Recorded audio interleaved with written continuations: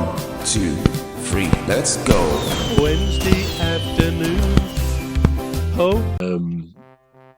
At Wimbledon last year, they got, I believe, £55,000.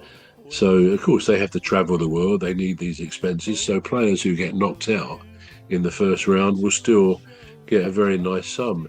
And I guess the same will be true of the football teams. But I don't think, I mean, from the players' point of view, I wonder if they'd be thinking, well, yeah, that sounds great. The 655 million means if we were to win it, our team is going to get, I don't know, £100 million or dollars, whatever it is.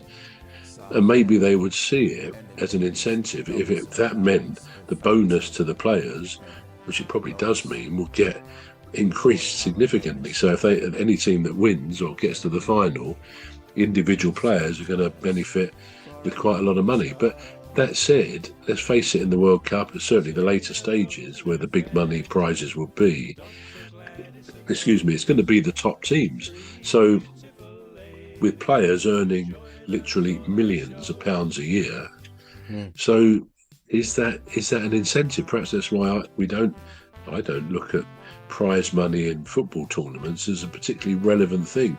It probably is for the people like, I don't know, the FA, the Premier League, the FA more than that, I suppose, who run the England team, because it helps their coffers if they built up with the prize money.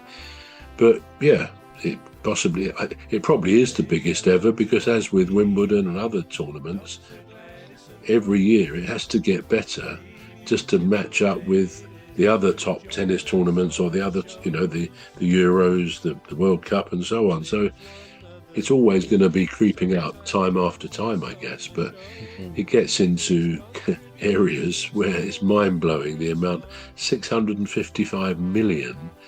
Did you say dollars? I mean, that's well over half a billion dollars. So it's crazy, isn't it, really? But then they get that money from all the television companies around the world, who in turn, people like Sky and so on, they get their money from us, who pay for their subscriptions for the Sky Sports. Yeah.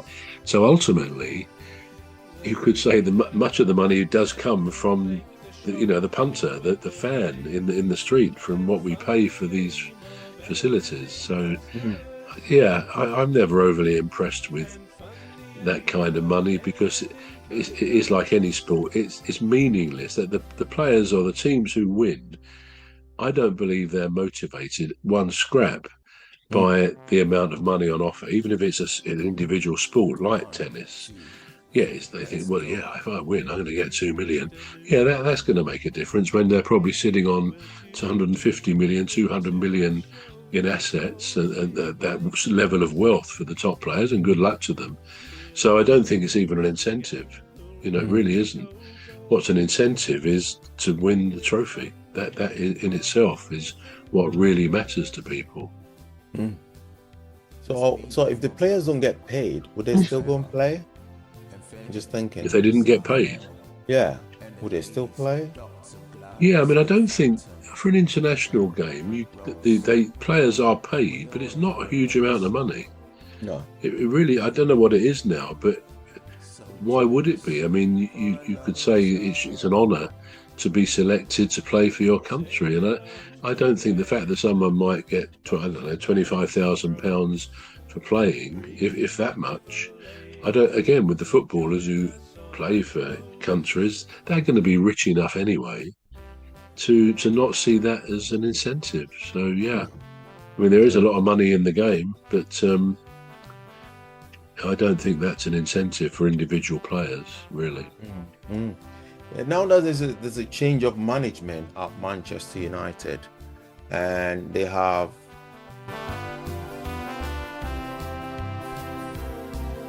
Say hello to old Mimi, Dr. Gladys and Rose, 3 beautiful ladies who join us on our shows. There's one other bro, sometimes joins us on the show. And they have, I think they still have 2 players, well, 2 good players, I don't know. They might have other ones, but The ones that I want to concentrate on is the what's his name, Marcus Rashford at Barcelona. Now, there's been rumors about him, you know, Carrick wanting him back, but it's not substantiated. I don't think it's from I've not seen it from a reliable source anyway. Now, would he be right to call back Rashford? And if you was Rashford, would you come back? No, I think from both points of view. I mean, I think. Well, okay, start again. I'm not sure Barcelona want to keep him anyway, do they? I think they've made it clear. Perhaps I'm wrong. I'm sure I read some while ago that he wasn't going to be in the plans on an ongoing basis. Now, I don't know whether that is still the case.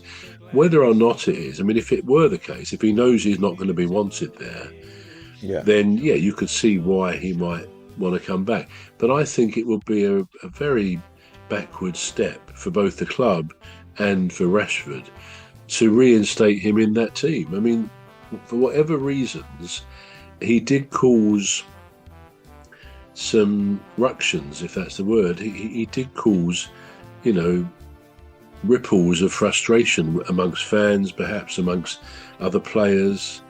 He seemed to sort of venture out on his own in various ways, not least politically, really. And there was clearly a standoff between him and the club.